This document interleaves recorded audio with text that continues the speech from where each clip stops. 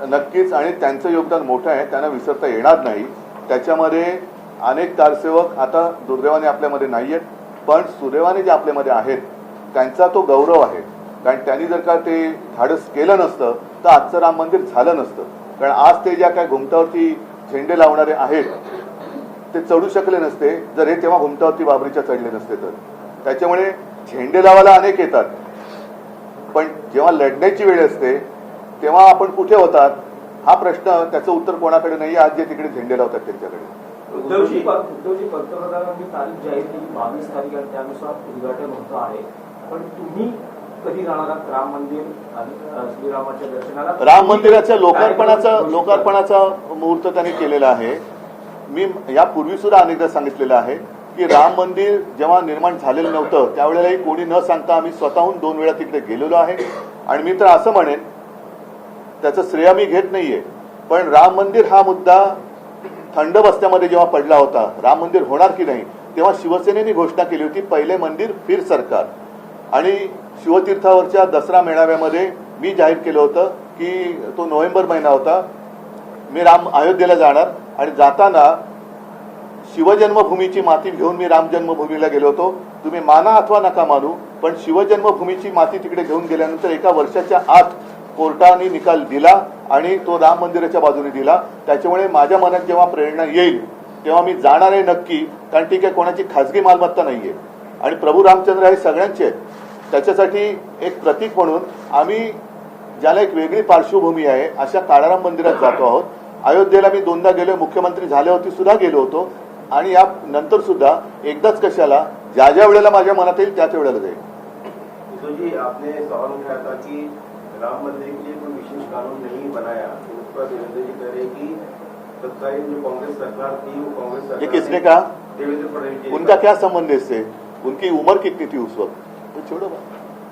उन्होंने कहा कि कोई आपके आज के शिवसेना जैसे आप कह रहे हो कि शिवसेना की कोई नेता नहीं। देखो, उनका अज्ञान दूर करने के लिए दूर करना मेरा काम नहीं है. वो कुछ लोग ऐसे होते हैं कि अज्ञानी होते हैं, तो उनको ठीक से गुरु मिलना चाहिए, तो उनको अच्छा गुरु मिले, ये मेरी काम, प्रभु रामचंद्र की काम है. मैंने कल इस बारे में जवाब दिया था. बोलतो जो बोल रहे हैं कि शिवसेना का योगदान क्या है, मिस्टर फडणवीस एक लॉयर है, वकील है. हाँ, जाइए लखनऊ में जो स्पेशल कोर्ट बना था बाबरी के बाद, उसमें चार्जशीट में सभी आरोपियों के नाम दिए हैं. लगभग 1000 से भी ज्यादा आरोपी है. उसमें ज्यादा से ज्यादा नाम शिवसेना नेता और शिवसैनिकों के है, ऑन रेकॉर्ड है. अडवाणीजींना पण ते आमंत्रित करत नाहीत. आणखीन काय बोलायचं? तुम्ही काय बोलता? पंतप्रधान मुंबईमध्ये आले होते, अटल सेतूचं उद्घाटन केलं, पण त्याच्यात अटलजींचा फोटो कुठे होता? आता सुद्धा मला थोडी चिंता आहे की राम मंदिरात रामाची मूर्ती असेल ना बाबा. श्रेयवादाची लढाई नाही, म्हणजे सांगता येत नाही कोणाची मूर्ती लावू शकतील. कारण काल अटल सेतू, नाव अटल सेतू, पण अटलजींचा फोटोच नाही. त्याच्यामुळे राम मंदिराचं निर्माण करताना निदान एवढी कृपा करा की त्या मंदिरात स्वतःची नव्हे तर प्रभू रामचंद्राची मूर्ती लावा. उद्धवजी, नाशिकमध्ये पंतप्रधानांनी युवा पिढीला आवाहन केलेलं आहे की घराणेशाही मोडून काढा. फार छान आहे, कारण प्रभू रामचंद्र हे दशरथ राजाचे पुत्र होते आणि त्यावेळेला सुद्धा त्यांना त्या कौटुंबिक याच्यामध्ये वनवासात जावं लागलं आणि वनवासात जाताना सुद्धा ते सहकुटुंब गेले आणि सीता हरण झाल्यानंतर रामायण घडलं. आणि महत्वाचा मुद्दा, आज मी जिथे चाललेलो आहे तो कल्याण लोकसभा आहे, त्याच्यामध्ये गद्दारांची जी घराणेशाही आहे त्याच्याबद्दल प्रधानमंत्री बोललेच नाही. ती घराणेशाही चालते का? म्हणजे गद्दार असतील ते लोकप्रिय आणि त्यांची घराणेशाही त्यांना प्राणप्रिय. तर हा सगळा बोगसपणा आहे. पण घराणेशाहीबद्दल एखाद्या खरंदाज माणसाने बोललं तर बरं. इंडिया लाइन्स की वर्चुअल मीटिंग में जाएंगे? नहीं, आज सिर्फ मैं इतनी बात कर रहा हूँ. और वर्चुअल मीटिंग में एक मिनट, गलतफहमी नहीं होनी चाहिए. शायद मैं वर्चुअल मीटिंग पर उपस्थित नहीं रह सकूंगा क्योंकि आज का मेरा जो प्रोग्राम है वो पहले से ही अरेंज किया हुआ था और मैं घूमने वाला हूँ आज. तो घूमते घूमते बात करना ठीक नहीं. तो कल ही मैंने बता दिया है कि शायद मैं आज ज्वाइन नहीं कर सकूंगा. तो इसमें कोई गलतफहमी की बात नहीं होनी चाहिए. उद्धवजी, विधानसभा अध्यक्षांनी जो निकाल दिलेला आहे ते नंतर बोलू. त्याच्याबद्दल आम्ही